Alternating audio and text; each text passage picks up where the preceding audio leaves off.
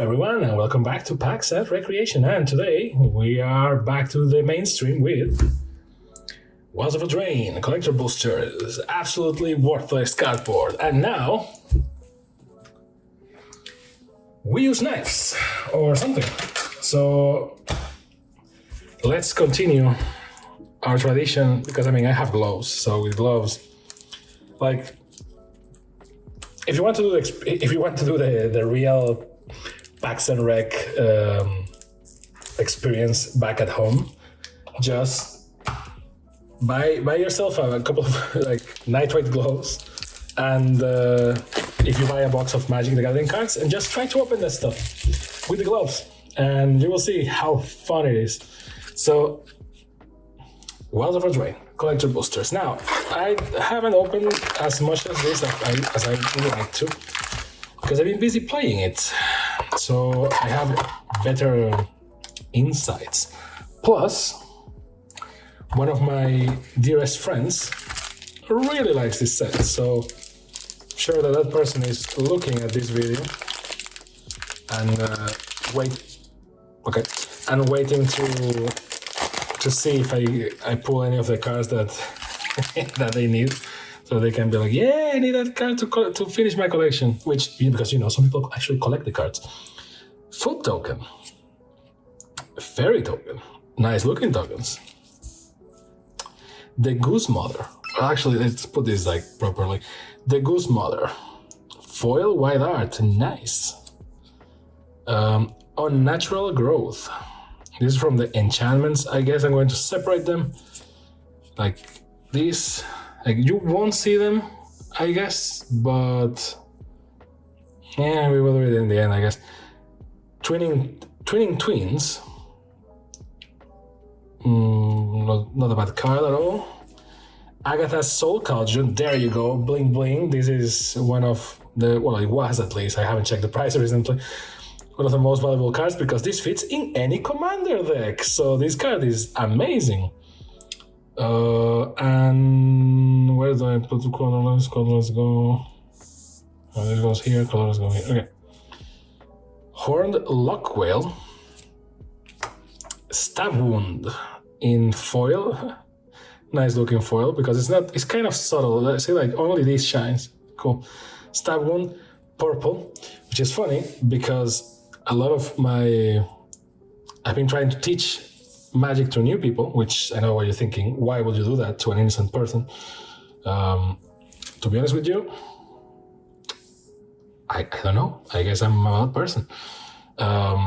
And they call black purple, which I really can't shame them for that. Island. I love these lands, by the way. These lands are beautiful. Woodland Acolyte. Not bad. Let's look in Gadwick's first duel, when they got to decide which one was the best airport, I guess. Collector's Vault, the name of my house, pretty much. Oh, nice, with sword, and yeah, this is, I feel attacked by this card. Look at this. One of these days we will do like a game room tour or something. Slumbering Keepguard, Obira's Attendants, Candy Trail, and Living Lectern. As we saw last time, the boosters from Eldraine, besides being very baggy, look at this, they are made to be opened backwards. And if you are new to this, you may be thinking, what do you mean by opening backwards? It's like, well, when you open them and the first thing you see is the back of the cards, that's a good indication. But then if the first card is a token, you get spoiled already, because here are the mythics and the rares, the chunky boys, right? So, if you're a pro, I guess this is better. You just go like this and then discard the rest. But it is made for this, right? Like you start with the stuff that is not relevant. I did this for Phyrexia OLB1, and it kind of works, but it can be exasperating. It's more surprising for sure, but it can be exasperating, because I'm going like, next card, ooh, Torch the Tower. Next card, ooh, Fell Horseman. And it's, very, very Dream Thief. Is good, for the surprise factor, but at the same time, you may be like, bro, just shift the cards. I just want to see the mythics and the rares. Come on. Oh, I really love these lands. Dragon Mantle, which is the Dragon Age 2 cover. No one can dissuade me from that. Dragon Mantle again, but this time in foil, in case you really like Dragon Age 2. 3 Blind Mice. I love the cards that are like sagas and are basically like, you know, the classic tales. See, foil, rare, and this is where the party starts. Another rare, Eldraine the Pyro Hammer, very good card. Restless Vinestalk, which is a piece of land, and Doubling Season, Kaching! Look at that, with the Goose Mother. Doubling Season, and is this like, yeah, this is like a anime style. It looks like it's as if it's part of a bigger picture, but it's not. It's not like the Lord of the Rings. If an effect will create one or more tokens under your control, it creates twice that many of those tokens instead. If an effect will put one or more counters on a permanent you control, it puts twice that many of those counters on a permanent instead.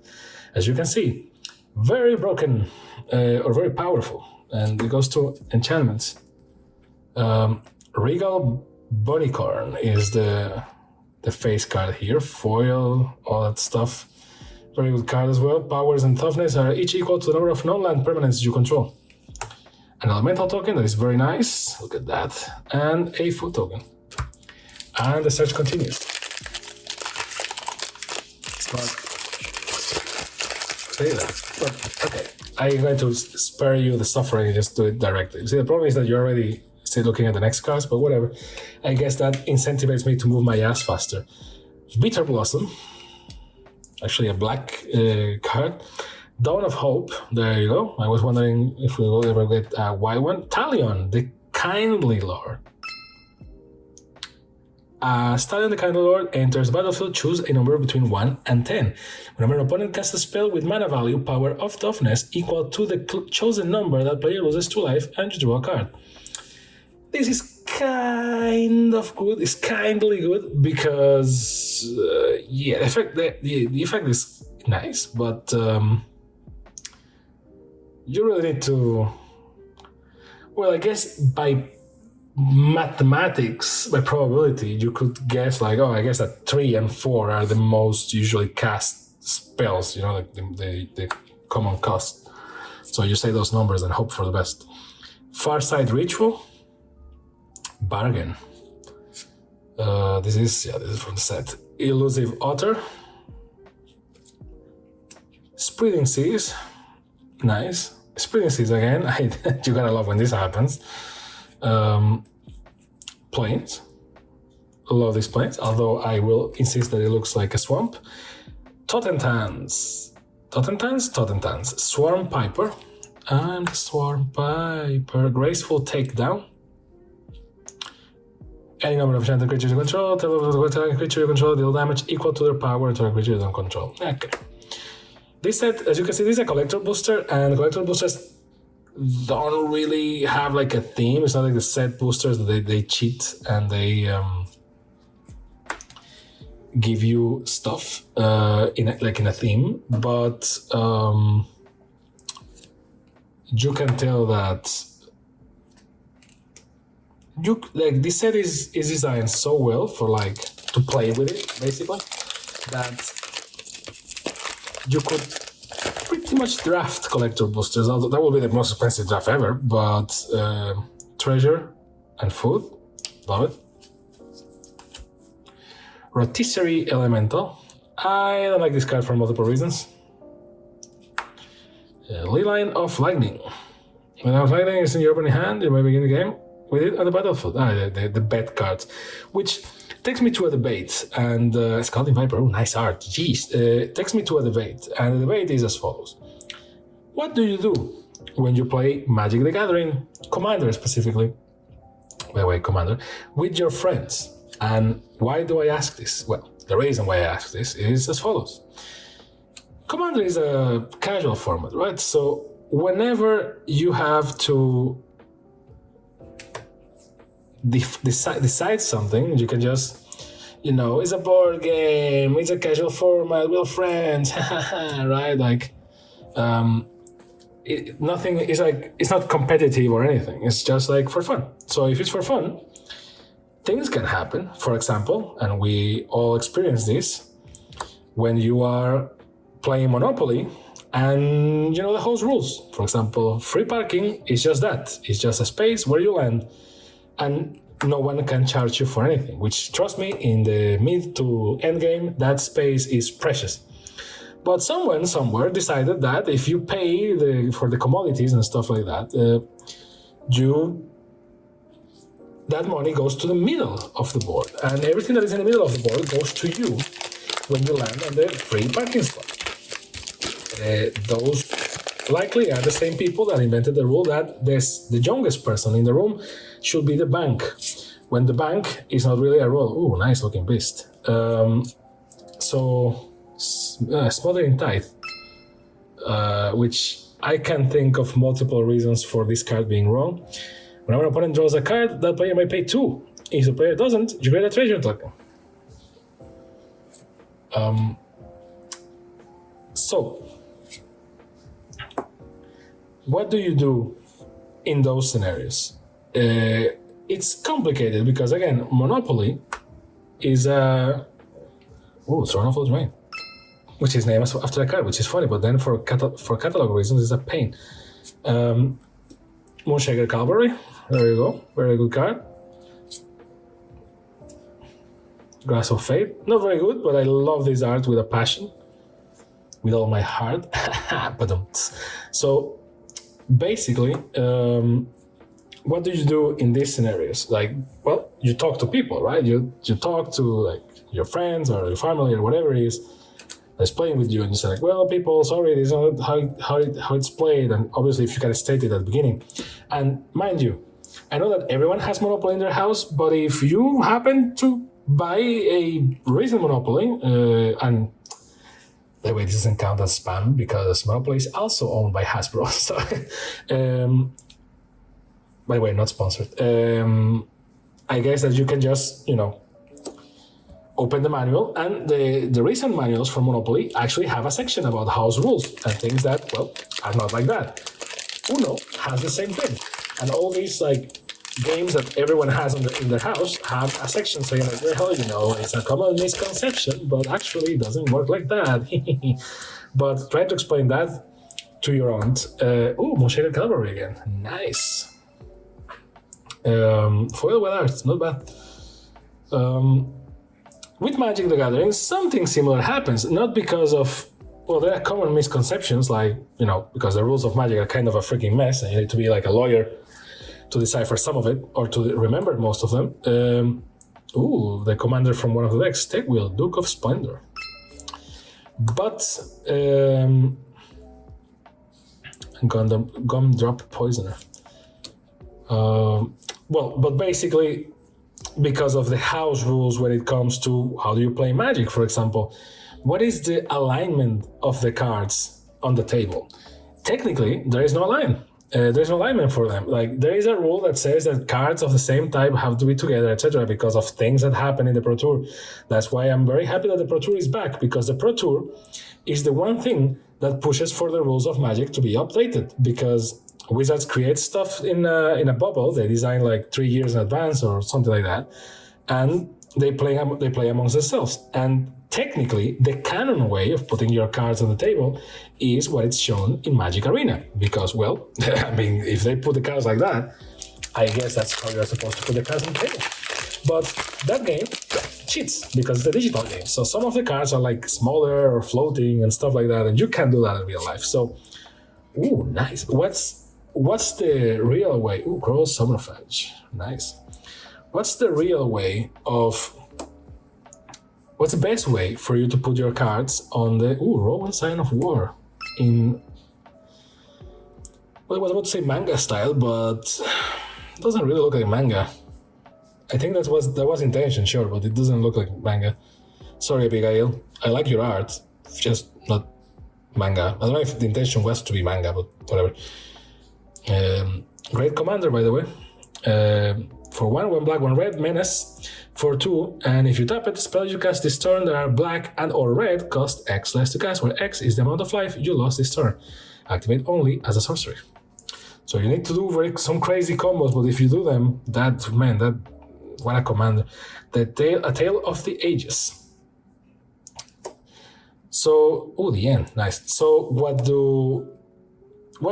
how do you put your cards on the table, right? So me personally, when I play with my friends, I'm very straightforward about it. We put creatures in the front line, enchantments and artifacts in the second line, and lands on the third line. Like 3 rows of cards, and then the deck to the right or to the left, because the deck is kind of whatever.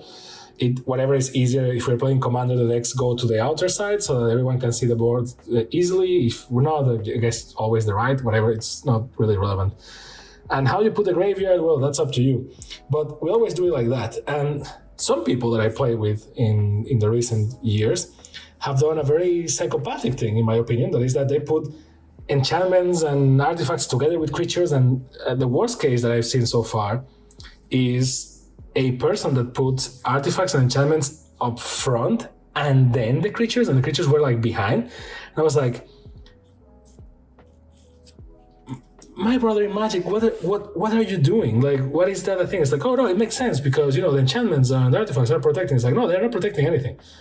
And even technically there is no canon way, but there is a canon way, because back in the day, the playmats for the Pro Tour, thank God for the Pro Tour, had a red line in the middle, and that's why the expression moving into the red zone exists. When you attack, you say, moving into the red, because there was a red line between the 2 players. So creatures always go on the front because they are protecting you, and then you have everything else, and then the lands in the back, I guess. But some people don't do that, and that's like a house rule, right? Oh, a Shock-Wicked Manipulator. Nice. Nice looking card. Fire Action on Life from Berserk. Cruel Summoner Fetch. Just 1 second, because these are the good cards, so I guess that you want to. Leech Knight Conquest. Tangled Colony. Ooh, nice. It's all black, by the way, in this box, in this booster. One of the rules that is a problem in the Commander, and this is why I bring this topic, is how much can you mulligan? And you will see that every group has their own rules. Like Magic officially, it depends on the tournament. And there are some default rules on it, but for Commander, you can do whatever. And it's like a pretty established thing that everyone has their own rule for mulligan, as long as we are both, or the other 4 of us, agree on what and when do we mulligan. So you have a mulligan that is like, some people just mulligan and like the first one is free. When people are really like, just for the lulz, they are like, oh, just mulligan. You can mulligan for free, bro. We're just having fun, etc. And they mulligan multiple times, which I don't agree with personally. And Polluted Bonds, nice. And some people, Devouring Sugar Maw, nice. And some people say like, well, you don't mulligan immediately. I think it was the late Sheldon that said something like this. He said like, oh, we agreed that we put them in the bottom and we pick the next 7 cards, right? So you don't shuffle. I think it was something like this. Maybe I'm mixing it from that episode of Shuffle Over and Play. But that was the, everyone has a rule. Now, what I don't like, and that's when this all came because of that card, by the way. Where is the card? That all came because of, where is the card? Amazing looking cards, by the way. It almost doesn't look like Magic. It was all because of a white card. Where is the thing?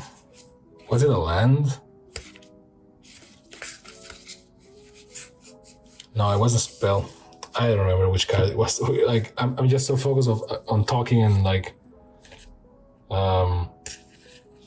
opening packs that I haven't realized, I guess.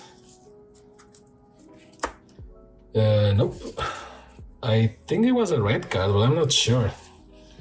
In today's episode, we stopped the episode entirely because I was talking about a card that triggered me to talk about something, and then I forgot about what card I was talking about. Goddamn.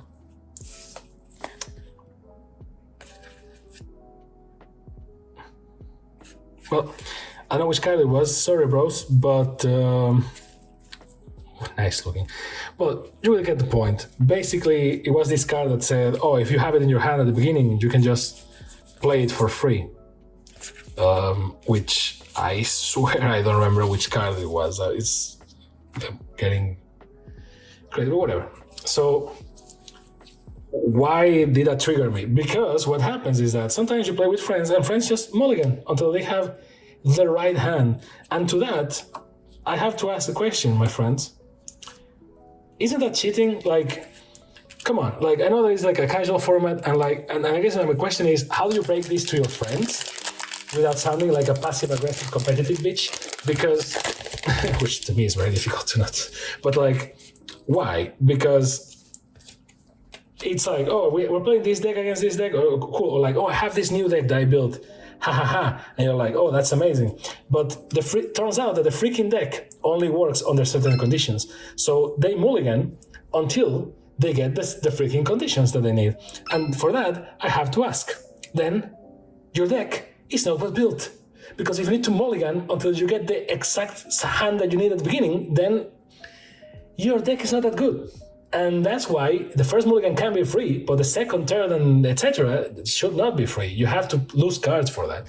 I'm sorry if this is by the way, nice looking, but I'm sorry if this is like a competitive take on a casual format. I'm sorry for being a petty bitch, but like the thing is that, you know, like if you're doing that, then why bothering with deck building at all? Like, if that's the thing, like if my friend group is going to allow that in Commander, and others like, oh, it's Commander, it's casual. I don't know why you're getting like this. Like, whatever, it's casual, but someone still has to win, and it's still about deck building.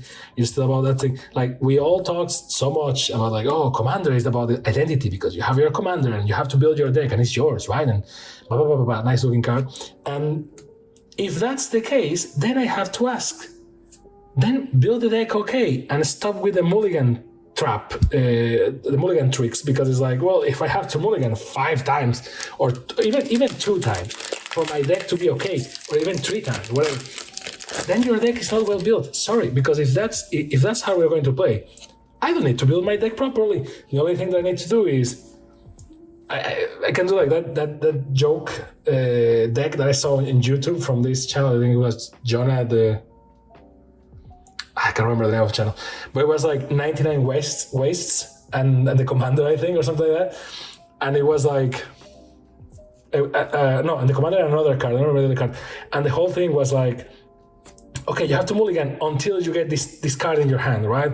And it's like, well, if you that was a joke video, yes, but sadly, people actually build their deck like that in Commander, and that really, really triggers me, because it's like, then why bother at all? Like, if you want to play Commander like that, we can do it. Is one of the variants of Speed Commander, or Speedmander as we call it in my group.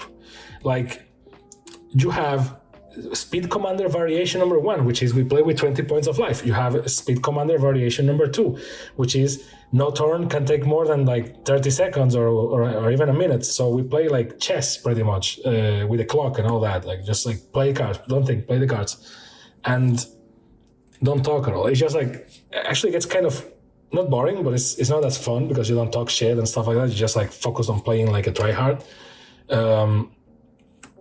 And my favorite variation of Speedmander is one that is like, we call it Speedmander Super Saiyan, because basically what we do is, okay, so everyone grab their deck, and we're going to spend a little time now, but the game will be faster. So everyone gets to pick, by the way, last pack, everyone gets to pick their initial hand. And you will be thinking, what? so you're complaining about the mulligan, and it's like, yeah, yes. But one thing is that we agree to play normally, and you do the mulligan stuff. This is the last one, so I'm going to open it backwards. And you do the mulligan thing, which I really hate, to be honest with you. And the other is that we all agree to do Speedmander Super Saiyan. And Speedmander Super Saiyan is just like, okay, everyone picks their initial hand. And you may be thinking, oh, that's interesting, or that's kind of broken. Yes, that's the joke, because it's Speedmander. So in this version, it really matters who goes first. So you can do like best of 3 for the die, I guess, but because you have 7 cards in your hand, right? So you can be like, okay, I don't know, like Soul Ring against Signet. You can have like, you can go multiple routes. You can go like an entire mana engine because you want to put your commander, oh nice, earlier in the game, or you can go just like some mana engine and then some other cards for really twice the same freaking card. Some cards to like kick it off, or just mana engine and then call your commander, you know. But this makes you think about your deck in a different way. Like you don't get a deck for this type of play. Like we have our normal decks, and sometimes when we want to play faster, we say, "Oh, let's do a Speedmander Super Saiyan," and we do it, right? And the Speedmander Super Saiyan is with a default deck. I cannot stress it enough. It's not like a deck that you build this way. It's like your default deck, but that day happens to be the day where you just play it in Speedmander Super Saiyan. So I don't know if there's another name for this. Likely there's another name. We just call it like that. Sorry for being fun. Restless Cottage. Nice. And then a rat. And food. And because we do it that way, our games are ultra fast and very crazy because the ramp is right there, and if you want to do something crazy, by the way, this is like a pro tip. It's not really a pro tip because it's kind of a stupid tip. But like if you want to do like a crazy thing, just play Magic without mana costs, but keep the lands in. So the lands, because you will play everything at the same time, right? So the lands are going to be your timers, and when you get the land, it's like, oh man, and it's worthless, right? So try playing like that. You will see what happens. That's the reason why the good mana base is are some of the most expensive cards. Let's see what are the best looking cards for white. Oh, this is very nice. I guess it's going to be Moonshaker Cavalry, but Werewolf's Bodyguard is strangely nice looking. A real Bonicorn is also nice. Yeah, it's going to be Moonshaker Cavalry. Sorry. Now for white, for the enchantments. A lot of good looking cards. I love this one, Berserk Much, and this is, best one.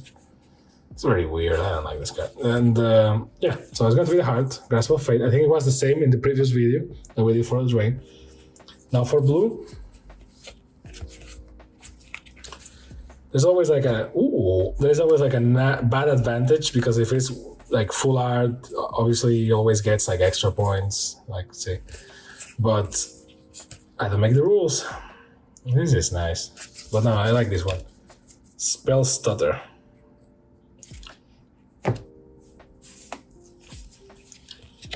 Compulsion, Copy Enchantment, Curiosity is very good and nice looking. Spinning Seeds. Between these two,